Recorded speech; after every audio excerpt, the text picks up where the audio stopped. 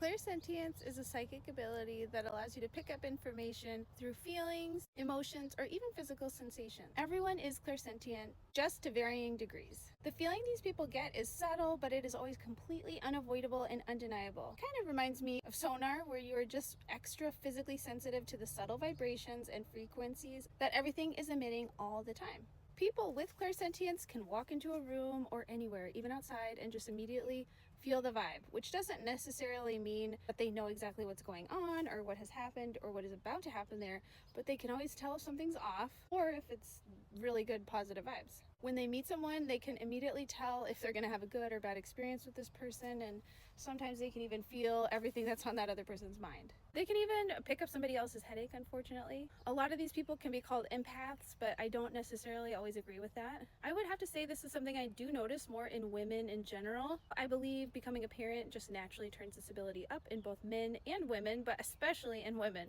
This is personally the strongest psychic ability that I have. It's something that I can remember from my earliest memories. I definitely inherited this from my mom's side of the family. Little story time, I'll always remember right after I got my driver's license, I was driving with my friends to a party. My mom called me literally 1 second after I backed up into a tree before I even put the car back into drive. And she said, "You need to come home right now. I just got a really bad feeling." And me and all my friends immediately just burst out laughing.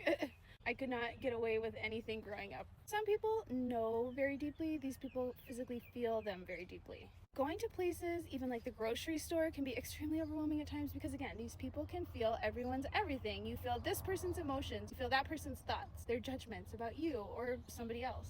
I personally do not love going into large crowds of people that I don't know for that reason. It can just be super overstimulating and exhausting.